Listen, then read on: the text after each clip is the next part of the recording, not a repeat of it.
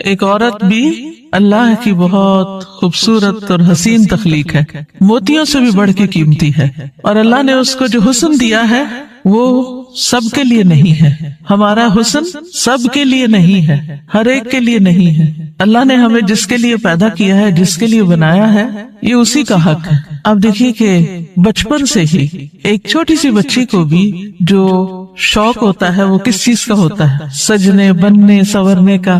چھوٹے چھوٹے بچے ماؤں کی لپسٹکس کا کیا حال کرتے ہیں، صرف اپنے اوپر نہیں لگاتے، دیواروں میں بھی لگا دیتے ہیں۔ اور اسی طرح قرآن مجید میں بھی آتا ہے افمن ينشأ في الحلیۃ، کیا وہ جو زیورات میں پالی جاتی۔ تو سجنا، بننا، اچھا کپڑا، اچھا لباس، اچھا زیور، یہ عورت کی کمزوری ہوتی۔ ہر عورت کو کسی نہ کسی درجے میں تھوڑا یا زیادہ پسند ہوتا ہے۔ اگر روزانہ اپنی زیب و زینت کا اہتمام نہ کرے تو خاص خاص مواقع پر ضرور کرتی، اور پھر اس میں بعض اوقات یہ ہوتا ہے کہ صرف زیب و زینت کرنے کا شوق نہیں ہوتا، اس کو نمایاں کرنے کا بھی بہت شوق ہوتا ہے۔ تو اس صورت میں پھر یہاں ایک امتحان شروع ہو جاتا ہے کہ ہمیں یہ زیب و زینت کس کس کے سامنے ظاہر کرنے کی اجازت ہے اور کس کے سامنے نہیں۔ تو یہ چھوٹی سی کتاب ہے، اس آیت سے متاثر ہو کر تحریر کر دی گئی۔ بہت سے لوگ کہتے رہتے ہیں کہ اپنی تفسیر لکھیں، لیکن اس کا تو وقت نہیں، سوچا چلے ایک آیت ہی صحیح، بلغوا انی ولو آیہ۔ قال اللہ تعالی، اللہ تعالیٰ کا فرمان ہے، جب اللہ تعالیٰ کوئی بات فرماتے ہیں تو پھر کیا کرتے ہیں، کیسے سنتے ہیں؟ بہت دھیان سے، توجہ سے۔ وقل للمؤمنات، اور مومن عورتوں سے کہہ دیجئے کیا کریں؟ اپنی نگاہیں نیچی رکھیں، یعنی اپنی نگاہوں کی حفاظت کریں، اور اپنی شرم گاہوں کی حفاظت کریں، اور اپنی زینت ظاہر نہ کریں، اپنی خوبصورتی نمایاں نہ کریں سوائے اس کے جو خود ظاہر ہو جائے، اور اپنے سینوں پر اپنی اوڑھنیاں ڈالے رکھیں، اور اپنی زینت ظاہر نہ کریں سوائے اپنے شوہروں کے، یا اپنے باپ کے، یا اپنے شوہروں کے باپ کے، یا اپنے بیٹوں کے، یا اپنے شوہروں کے بیٹوں کے، یا اپنے بھائیوں کے، یا اپنے بھائیوں کے بیٹوں کے، یا اپنی بہنوں کے بیٹوں کے، یا اپنی عورتوں کے، یا اپنے غلاموں کے، یا وہ زیر دست مرد جو کسی اور قسم کی رغبت نہ رکھتے ہوں، یا وہ بچے جو عورتوں کی پوشیدہ باتوں سے ابھی واقف نہ ہوئے ہوں، اور اپنے پاؤں زمین پر مار کر نہ چلیں کہ ان کی پوشیدہ زینت لوگوں کو معلوم ہو جائے۔ اور اے مومنو، تم سب مل کر اللہ سے توبہ کرو تاکہ تم کامیاب ہو جاؤ، یعنی اس حکم کی کہیں نہ کہیں جو خلاف ورزی ہوتی ہے اس پر توبہ کرو تاکہ کامیاب ہو سکو۔ اس سے پتہ یہ چلتا ہے کہ اگر اس حکم کی خلاف ورزی کی گئی تو کہیں ایسا نہ ہو کہ کامیابی مخدوش ہو جائے۔ تو ارشاد ہے وَقُلْ لِلْمُؤْمِنَاتِ، اور مومن عورتوں سے کہہ دیجئے۔ پیج 3، مومنات کون ہوتی ہیں؟ جو ایمان لانے والیاں ہیں، اللہ اور اس کے رسول محمد صلی اللہ علیہ وسلم کا حکم دل سے مان لینے والیاں، ماننے کے بعد ان احکامات پر عمل کرنے والیاں، اللہ سے اپنی محبت کے دعوے کو سچ کر دکھانے والیاں۔ اللہ تعالیٰ کا ارشاد ہے، بے شک مسلمان مرد اور مسلمان عورتیں، اور مومن مرد اور مومن عورتیں، اور فرما بردار مرد اور فرما بردار عورتیں، اور سچے مرد اور سچی عورتیں، اور صبر کرنے والے مرد اور صبر کرنے والی عورتیں، اور عاجزی اختیار کرنے والے مرد اور عاجزی اختیار کرنے والی عورتیں، اور صدقہ کرنے والے مرد اور صدقہ کرنے والی عورتیں، اور روزہ دار مرد اور روزہ دار عورتیں، اور اپنی شرمگاہوں کی حفاظت کرنے والے مرد اور حفاظت کرنے والی عورتیں، اور اللہ کا بہت زیادہ ذکر کرنے والے مرد اور ذکر کرنے والی عورتیں، ان کے لیے اللہ نے مغفرت اور بہت بڑا اجر تیار کر رکھا ہے۔ اللہ کی بخشش اور بڑا اجر کس کے لیے ہے؟ ان صفات کے حامل مومن مردوں اور عورتوں کے لیے۔ تو ارشاد ہے وَقُلْ لِلْمُؤْمِنَاتِ، کیا ارشاد؟ پیج 4، یغضضن من ابصارہن، کہ وہ اپنی نگاہیں نیچی رکھیں۔ کیا مطلب ہے اس کا؟ کہ حرام چیزوں پر نگاہ نہ ڈالیں، نامحرم مردوں کو نگاہ بھر کے نہ دیکھیں، اچانک نظر پڑ جائے تو نظر پھیر لیں، شہوت کی نظر سے نہ دیکھیں، کسی مرد یا کسی عورت کا سطر نہ دیکھیں، یعنی جو حصے چھپا کے رکھنے کے قابل ہیں، فحش تصاویر اور فحش مناظر نہ دیکھیں، ادھر ادھر تانک جھانک نہ کریں۔ نبی صلی اللہ علیہ وسلم نے فرمایا زنا العین النظر، نظر بازی آنکھوں کا زنا ہے۔ نبی کریم صلی اللہ علیہ وسلم نے فرمایا تم اپنی طرف سے مجھے 6 چیزوں کی ضمانت دو، میں تمہیں جنت کی ضمانت دوں گا۔ جب بات کرو تو سچ بولو، جب وعدہ کرو تو پورا کرو، جب تمہارے پاس امانت رکھی جائے تو ادا کرو، اپنی شرمگاہوں کی حفاظت کرو، اپنی نگاہوں کو نیچا رکھو اور اپنے ہاتھوں کو روکے رکھو۔ تو یہ حکم ہے نگاہیں نیچی رکھنے کا۔ پھر آیت کے اگلے حصے میں فرمایا وَيَحْفَظْنَ فُرُوجَهُنَّ، اور وہ اپنی شرمگاہوں کی حفاظت کریں، یعنی جسم کے قابل ستر حصے چھپا کر رکھیں۔ باریک اور تنگ لباس خصوصاً چست پاجامے سطر ڈھانپنے کے تقاضے پورے نہیں کرتے۔ زنا، بدکاری اور فحاشی سے بچیں، بلا ضرورت اپنے جسم کا کوئی حصہ نہ کھولیں، ہم جنس پرستی سے دور رہیں، جانوروں یا مصنوعی آلات سے جنسی خواہش پوری نہ کریں۔ پھر فرمایا وَلَا يُبْدِينَ زِينَتَهُنَّ، اور اپنی زینت ظاہر نہ کریں، یعنی جسمانی ساخت اور شکل و صورت کی خوبصورتی کو نمایاں نہ کریں۔ زینت میں دونوں چیزیں آ جاتی ہیں، جسم کا فگر بھی اور شکل و صورت کی خوبصورتی بھی۔ پھر مصنوعی اور آرائشی زینت جیسے زیور، لباس یا میک اپ وغیرہ چھپا کر رکھیں، نان محرم سے۔ باریک لباس نہ پہنیں، گھر سے نکلتے وقت تیز خوشبو نہ لگائیں، کیونکہ وہ بھی زینت کا حصہ ہے۔ رسول اللہ صلی اللہ علیہ وسلم نے فرمایا 2 قسم کے لوگ جہنمی ہیں جنہیں میں نے نہیں دیکھا، وہ لوگ جن کے پاس بیلوں کی دموں کی طرح کے کوڑے ہوں گے جن سے وہ لوگوں کو مارتے ہوں گے، وہ عورتیں جو لباس پہن کر بھی بے لباس ہوں گی، مائل کرنے والیاں، مائل ہونے والیاں، گویا ان کے سر بختی اونٹ کے کوہان کی مانند ہوں گے، یعنی سر خاص طور پر اوپر، سروں کے اوپر مزید بالوں اور کا جوڑا بنا کے یا اونچے کر کے اس کو اٹھایا ہوا ہو۔ وہ جنت میں داخل نہ ہوگی اور نہ اس کی خوشبو پائیں گی، حالانکہ اس کی خوشبو اتنی اور اتنی دور سے آتی ہوگی۔ یہ صحیح مسلم کی روایت ہے۔ پھر فرمایا الا ما ظہر منہا، سوائے اس کے جو اس میں سے ظاہر ہو جائے، وہ زینت جو خود بخود ظاہر ہو جائے، نہ کہ ظاہر کی جائے، مثلا چادر کا ہوا میں اڑ جانا اور زینت کا کھل جانا، وہ زینت جس کو چھپانا ممکن نہ ہو، جیسے چادر، گاؤن یا اسکارف وغیرہ۔ جسمانی ساخت میں سے دراز قد یا متناسب جسم ہونا، اس میں بھی ایک اٹریکشن ہوتی ہے، اب یہ چھپائی نہیں جا سکتی۔ سیدنا ابن مسعود اس کی تفسیر میں فرماتے ہیں کالرداء والثیاب، جیسے چادر اور کپڑے۔ چادر جو اوپر کی چادر یا گاؤن وغیرہ ہوتا ہے، یا جو کپڑے نیچے سے نظر آ جاتے ہیں۔ یاد رہیے زینت ظاہر ہونے اور زینت ظاہر کرنے میں فرق ہے، ایک وہ ہے جو آپ خود کھول دیتے ہیں اور ایک وہ ہے جو اتفاق سے ہو جاتی ہے۔ پھر فرمایا وَلْيَضْرِبْنَ بِخُمُرِهِنَّ عَلَى جُيُوبِهِنَّ، اور وہ اپنی اوڑھنیاں اپنے سینوں پہ ڈالے رکھیں۔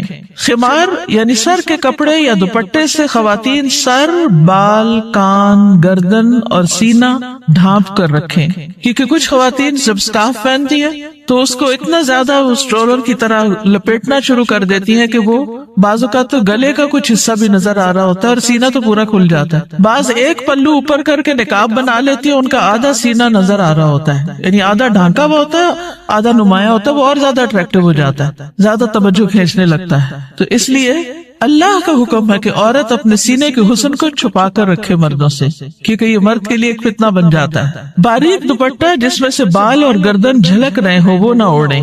زمانہ جاہلیت میں عورتیں پردے کا اہتمام نہیں کرتی تھیں، بلکہ جب کوئی عورت مردوں کے پاس سے گزرتی تو اپنے سینے کو کھول کے گزرتی۔ بسا اوقات وہ اپنی گردن، بالوں کی مینڈیاں اور کانوں کی بالیاں تک ننگا کر لیتی تھی۔ کیا کیا؟ گردن، بالوں کی مینڈیاں اور کانوں کی بالیاں، ان کو نکال لیتی تھی۔ اب بھی آپ نے دیکھا ہوگا بعض اسکارف اس طرح پہنتے کہ کانوں کا زیور باہر لٹک رہا ہوتا ہے۔ لہٰذا اللہ تعالیٰ نے مومن عورتوں کو حکم دیا کہ وہ ایسے مواقع پر پردے کا اہتمام کریں۔ سیدہ عائشہ فرمایا کرتی تھی جب یہ آیت نازل ہوئی وَلْيَضْرِبْنَ بِخُمُرِهِنَّ عَلَى جُيُوبِهِنَّ، تو ان سب نے اپنے تہ بندوں کو کناروں سے پھاڑ کر ان کی اوڑھنیاں بنا لی، یعنی جو نیچے تہ بند ہوتا ہے نا، جو نیچے پہنتے ہیں شلوار کی طرح، تو انہوں نے کیا کیا کہ اور اگر کپڑا نہیں ملا سر کا اس طرح چادر بنانے والا تو انہوں نے انہی کو ہی ذرا صحیح کر کے، یعنی اس کے کنارے وغیرہ کاٹ کے اس کو چادر کی شکل دے دی۔ پھر فرمایا وَلَا يُبْدِينَ زِينَتَهُنَّ إِلَّا، اور وہ اپنی زینت ظاہر نہ کریں مگر اپنے شوہروں کے لیے۔ آگے آ رہا ہے پسندیدہ اور مطلوب ہے کہ شوہر کے سامنے ہر طرح کی زینت کا اظہار کریں، سارا شوق یہاں پورا کریں، ٹھیک ہے؟ عورت اپنے شوہر کے سامنے حد درجہ اظہار زینت کر سکتی، جتنی کرنا چاہے کریں، جو کہ کسی دوسرے کے سامنے نہیں کر سکتے۔ یا اپنے باپوں کے لیے، باپوں میں کون کون آتے ہیں؟ باپ، دادا، پردادا، نانا، پرنانا، اوپر تک آبا و اجداد جو بھی ہوں۔ رسول اللہ صلی اللہ علیہ وسلم نے ایک نیک عورت کے بارے میں فرمایا، بہترین عورت وہ ہے کہ جب تم اسے دیکھو تو تمہیں خوش کر دے۔ تو شوہر کس طرح خوش ہوگا؟ جب آپ اچھے کپڑے پہنیں گے، اچھا لباس کے ساتھ اچھا زیب و زینت، زیور، میک اپ وغیرہ میں ہوں گے۔ لیکن بہت سی خواتین گھر میں تو کھانا پکاتے پکاتے کپڑوں میں اس قدر کھانے کی اسمیل آ جاتی ہے اور کچن میں پسینے سے برا حال ہو جاتا ہے، اور پھر جب شوہر گھر آتا تو اسی حال میں استقبال کرتا، اور پھر جب شوہر کو کھانا وغیرہ دے کے فارغ ہو کے جب اپنی سہیلی یا بازار جانا ہوتا ہے تو نہا دھو کے میک اپ وغیرہ کر کے نکل جاتی ہے، کیونکہ اب شوہر آ گیا گھر میں، وہ بچے سنبھالے گا، ہم ذرا آؤٹنگ پہ جائیں۔ تو یہ بالکل الٹ ہے اس حکم کے جو ہمیں دیا گیا۔ فرمایا بہترین عورت وہ ہے کہ جب تم اسے دیکھو تو تمہیں خوش کر دے، جب تم اسے کوئی حکم دو تو تمہاری اطاعت کرے، اور تمہاری غیر موجودگی میں اپنے نفس اور تمہارے مال کی حفاظت کرے۔ یا اپنے شوہروں کے باپ کے لیے، شوہر کا باپ جیسے سسر، شوہر کا نانا، شوہر کا دادا، شوہر کا پرنانا، شوہر کا پردادا، اوپر تک آبا و اجداد۔ یا اپنے بیٹوں کے لیے، بیٹوں میں بیٹے، پوتے، پڑپوتے، نواسے، پڑنواسے، نیچے تک سب آ جاتے ہیں۔ یا اپنے شوہروں کے بیٹوں کے لیے، شوہر کے پوتے، شوہر کے نواسے، نیچے تک، یعنی ستیلے بیٹے بھی، اس میں شوہر کے بیٹے اور ان کے آگے بچوں کے بچے بھی سب آ جاتے ہیں۔ یا اپنے بھائیوں کے لیے، سگے بھائی، ستیلے بھائی، رضائی بھائی، تینوں اس میں شامل ہیں۔ یا اپنے بھائیوں کے بیٹوں کے لیے، سگے بھائیوں کی اولاد، ستیلے بھائیوں کی اولاد، رضائی بھائیوں کی اولاد، یعنی بھتیجے، بھتیجوں کے بیٹے، پوتے وغیرہ۔ یا اپنی بہنوں کے بیٹوں کے لیے، سگی بہنوں کی اولاد، ستیلی بہنوں کی اولاد، رضائی بہنوں کی اولاد، یعنی بھانجے، بھانجوں کے بیٹے، پوتے وغیرہ۔ یا اپنی عورتوں کے لیے، قابل اعتماد اور باکردار عورتیں۔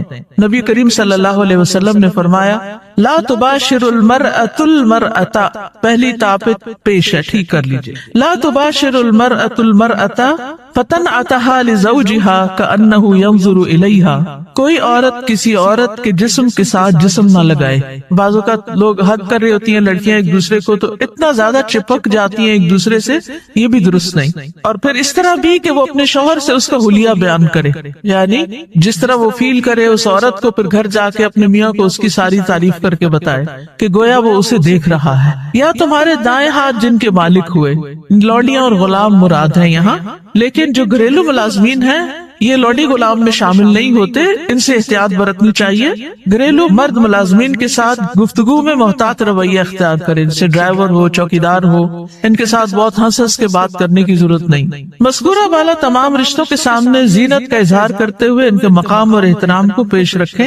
جوان بچوں کے سامنے سینہ اور گریبان کھولنے میں احتیاط برتیں، یعنی ان میں سے جو بھائی جوان ہیں یا بیٹے جوان ہیں یا پوتے وغیرہ، تو ان کے سامنے اپنے سینے کو بہت نمایاں نہ کرے، اور اسی طرح اپنے سطر کو چھپا کر رکھیں۔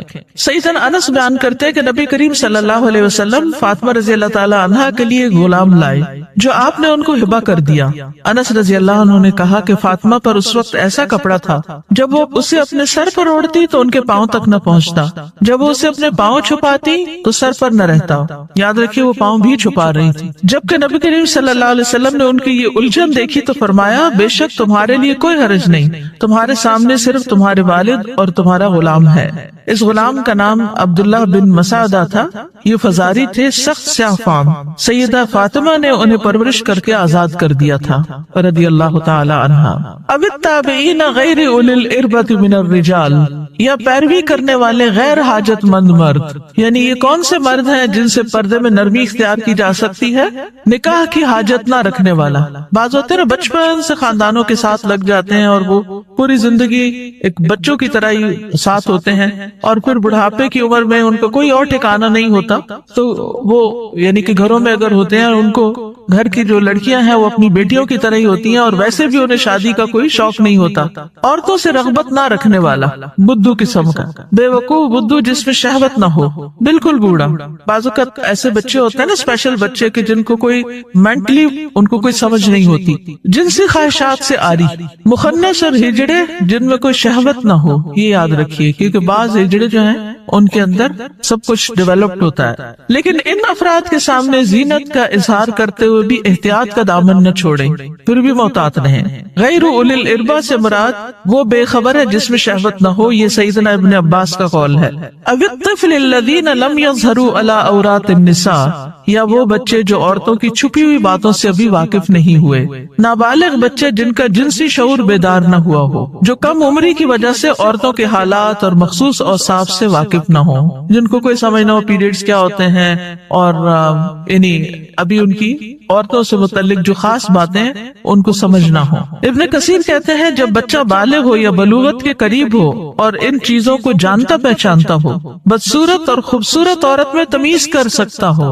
یعنی جس دن بچہ یہ کہ نا ماما وہ بہت خوبصورت ہے، تو اسے عورتوں کے پاس نہ آنے دیا جائے. یہ ابن کثیر کی تفسیر ہے. کسی خاص عمر کی یہاں قید نہیں، بچے کی سمجھ کے مطابق احتیاط سے کام لیتے ہوئے زینت کا اظہار کریں. لیکن افسوس ہوتا ہے ان خواتین پر جو اچھے بھلے جوان لڑکوں کو گلے لگا لیتی ہیں، یا ان کے سر پہ ہاتھ پھیرنے لگتی ہیں، یا ہاتھ ملانا شروع کر دیتی ہیں. یہ بھی اس حکم کے منافی ہے، چاہے بچپن سے اس بچے کو آپ نے پالا ہی کیوں نہ ہو. وَلَا يَضْرِبْنَ بِأَرْجُلِهِنَّ لِيُعْلَمَ مَا يُخْفِينَ مِنْ زِينَتِهِنَّ، اور وہ اپنے پاؤں مارتی ہوئی نہ چلے کہ جو وہ اپنی زینت میں سے چھپاتی ہیں اس کو جان لیا جائے. یعنی مردوں کو متوجہ کرنے والی چال نہ چلے، یعنی چلتے ہوئے بھی ایک وقار کا خیال رکھیں. جھنکار والی پازیب نہ پہنے، یعنی پاؤں کا زیور ایسا کہ جو چھن چھن کرے اور بازار میں دوسروں کو متوجہ کرے وہ نہیں پہنے. باہر گھر میں پہن سکتے ہیں. آواز پیدا کرنے والا جوتا استعمال نہ کرے، یعنی جیسے بہت ہائی ہیل پہن کے پھر وہ ٹک ٹک ٹک سے سب متوجہ ہو جاتے ہیں، اس سے بھی بچیں. تیز خوشبو استعمال نہ کریں. ابن کثیر کہتے ہیں اس ممانعت میں ہر وہ چھپی ہوئی زینت داخل ہے جو حرکت کرنے سے ظاہر ہو جائے. اسی ضمن میں عورت کو خوشبو لگا کر باہر نکلنے سے بھی منع کیا گیا ہے کہ لوگ اس کی خوشبو محسوس کریں.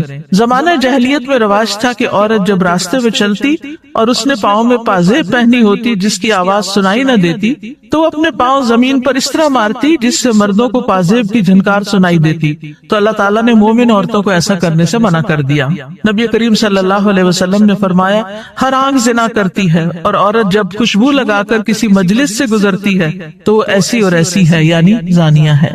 تو اس لیے خوشبو کے معاملے میں بھی احتیاط برتیں. ایسی خوشبو نہ لگائیں کہ جو پھیل رہی ہو، خصوصاً اگر آپ بازار سے ہو کر گزر رہے ہیں، یا مردوں کے ساتھ آپ کا کسی بھی طرح کا کوئی انٹریکشن ہے، یا گھر میں کوئی ایسا رشتہ دار ہے کہ جو محرم نہیں ہے. وَتُوبُوا إِلَى اللَّهِ جَمِيعًا أَيُّهَا الْمُؤْمِنُونَ لَعَلَّكُمْ تُفْلِحُونَ، اور اے مومنو سب کے سب اللہ کی طرف توبہ کرو تاکہ تم فلاح پاؤ.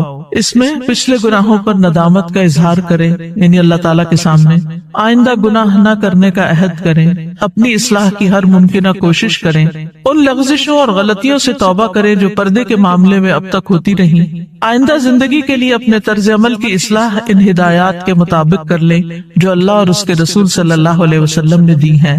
اللہ تعالیٰ کا ارشاد ہے وَهُوَ الَّذِي يَقْبَلُ التَّوْبَةَ عَنْ عِبَادِهِ وَيَعْفُو عَنِ السَّيِّئَاتِ وَيَعْلَمُ مَا تَفْعَلُونَ، اور وہی ہے جو اپنے بندوں کی توبہ قبول کرتا ہے اور ان سے درگزر فرماتا ہے، اور وہ جانتا ہے جو تم عمل کرتے ہو.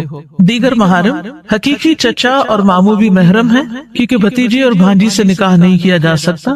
رضائی رشتے بھی نسبی رشتوں کی طرح محرم ہیں، ان کے سامنے بھی زینت کا اظہار جائز ہے. اللہ تعالیٰ کا ارشاد ہے تم پر تمہاری مائیں اور تمہاری بیٹیاں اور تمہاری بہنیں اور تمہاری پھپھیاں اور تمہاری خالائیں اور بھائی کی بیٹیاں اور بہنوں کی بیٹیاں حرام کر دی گئی ہیں. رسول اللہ صلی اللہ علیہ وسلم نے فرمایا بے شک اللہ نے رضاعت سے بھی ان رشتوں کو حرام کر دیا جن کو نسب سے حرام کیا گیا. حجاب مسلمان عورت کی شناخت ہے. مسلمان عورت حجاب سے پہچانی جاتی ہے، وہ دوسروں سے الگ ہو جاتی ہے. اللہ تعالیٰ کا ارشاد ہے اے نبی اپنی بیویوں اور بیٹیوں اور مومن عورتوں سے کہہ دیجئے، بیویاں بیٹیاں اور مومن عورتیں سب کی سب وہ اپنے چادروں کے پلو اپنے اوپر لٹکا لیا کریں. اس طرح زیادہ توقع ہے کہ وہ پہچان لی جائیں، یعنی حجاب کی وجہ سے پہچان لی جائیں، نہ کہ حجاب اتار کے پہچان لی جائیں. حجاب اتار کے تو ایک عورت عام عورت کی طرح ہی لگے گی، تو ایذا نہ دی جائیں. اور اللہ بہت بخشنے والا بے حد رحم کرنے والا ہے. یہ ایذا کون سی ہے؟ سیکسول ہراسمنٹ، کہ جب عورت کسی مرد کو اٹریکٹ کرتی ہے تو پھر وہ اس کے پیچھے آتا ہے اور اس کو نقصان دینا چاہتا ہے۔ مردوں سے بھی خطاب کیا گیا۔ نظر اور شرمگاہ کی حفاظت کا حکم صرف عورتوں کے لیے نہیں بلکہ مردوں کے لیے بھی ہے۔ اللہ تعالیٰ کا ارشاد ہے، مومن مردوں سے کہہ دیجئے اپنی نگاہیں نیچی رکھیں اور اپنی شرمگاہوں کی حفاظت کریں، یہ ان کے لیے پاکیزہ تر ہے، بے شک اللہ خبر رکھنے والا ہے اس کی جو وہ کرتے ہیں۔ یعنی اللہ سبحانہ وتعالیٰ کو سب پتا ہے کہ وہ نگاہیں نیچی رکھتے ہیں یا نہیں رکھتے۔ سیدنا جریر بن عبداللہ سے روایت ہے، وہ کہتے ہیں میں نے رسول اللہ صلی اللہ علیہ وسلم سے اچانک نظر پڑ جانے کے بارے میں سوال کیا تو آپ صلی اللہ علیہ وسلم نے مجھے حکم دیا کہ میں اپنی نظر پھیر لوں، یعنی اگر کسی عورت پر نظر پڑ جائے تو پھر اس کو دوسری طرف پھیر لوں۔ نظر کی حفاظت دراصل شرمگاہ کی حفاظت ہے۔ جس نے اپنی نظر کو آزاد چھوڑ دیا اس نے اسے ہلاکت کے گڑھے میں ڈال دیا، اور نظر ہی عام حادثات کی اصل ہے جو انسان کو پہنچتے ہیں۔ یہ ابن القیم کا قول ہے۔ نگاہ نیچی رکھنے کے فوائد کیا ہیں؟ یہ بھی ابن القیم کا قول ہے۔ محبت کی حقیقت اور اس کے تقاضے کتاب میں، دل شہوت سے رک جاتا ہے، دل میں نور پیدا ہو جاتا ہے، علم کے راستے کو شادہ ہو جاتے ہیں، دل کو فرحت و خوشی حاصل ہوتی ہے، عقل قوی اور مضبوط ہوتی ہے، دل غم و حسرت سے خلاصی پا لیتا ہے، انسان کی عقل و فراست بڑھتی ہے، دل کو قوت و شجاعت حاصل ہوتی ہے۔ نگاہ جھکانا جہنم کا دروازہ بند کرنے کا سبب ہے، غفلت کے پردے ہٹتے ہیں۔ رسول اللہ صلی اللہ علیہ وسلم نے دعا بھی سکھائی، سنن نبی داؤد میں آتی ہے، اللہم انی اعوذ بک من شر سمعی ومن شر بصری ومن شر لسانی ومن شر قلبی ومن شر منی۔ اے اللہ، بے شک میں اپنی سماعت کے شر سے، اپنی بصارت کے شر سے، اپنی زبان کے شر سے، اپنے دل کے شر سے اور اپنی شرمگاہ کے شر سے تیری پناہ چاہتا ہوں۔ اپنا جائزہ لیجئے، کیا یہ احکامات میرے لیے ہیں اور کیا ان پر عمل کرنا ضروری ہے؟ کیا میں اپنی نگاہوں اور سطر کی حفاظت کر رہی ہوں؟ کیا میں اپنے خمار یا دوپٹے کو اپنے سینے پر ڈالتی ہوں؟ کیا میں اپنی زینت کو چھپانے کا اہتمام کرتی ہوں؟ یاد رکھیے، ہمارا معاملہ کسی انسان کے ساتھ نہیں، رب العالمین کے ساتھ ہے، جو علم بھی رکھتا ہے اور ہر چیز کے بارے میں باخبر بھی ہے۔ نظر کے بارے میں کچھ اشعار ہیں، کل حوادث مبدأها من النظر، تمام حوادث کی ابتدا نظر سے ہوتی ہے۔ یعنی جو عشق و عاشقی کے سلسلے چل پڑتے ہیں اور انسانوں کو بعض اوقات انتہائی بیمار کر دیتے ہیں کہ وہ کسی قابل نہیں رہتے، اس کی ابتدا نظر سے ہی ہوتی ہے۔ وَمُعْظَمُ النَّارِ مُسْتَصْغَرُ الشَّرَرِ، اور چھوٹی چنگاری سے بھی زبردست آگ بھڑک اٹھتی ہے۔ نظر فابتسامۃ فسلام، پہلے نظر پھر مسکراہٹ پھر سلام، فکلام فموعد فلقاء، پھر بات چیت پھر ملاقات کا وعدہ، اور پھر اس کے بعد اللہ کے حکم کی نافرمانی میں انسان جا پڑتا ہے۔ اللہ سبحانہ وتعالی ہمیں ایمان عطا کرے، حیا عطا کرے اور اس حکم پر عمل کی توفیق عطا کرے۔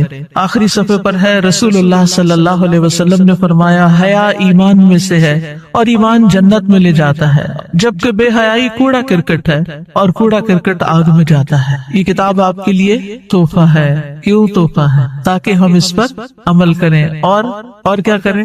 آگے بھی پہنچائیں۔ صرف اپنے آپ کو بچانا کسی شر سے، کسی نقصان سے کافی نہیں۔ اس کا ایک محرک یہ بھی تھا اس چھوٹے سے پمفلٹ کو لکھنے کا کہ بہت دفعہ مجھے خود یہ سننے کو ملا، بتایا گیا کہ کہاں ہے قرآن میں پردے کا حکم۔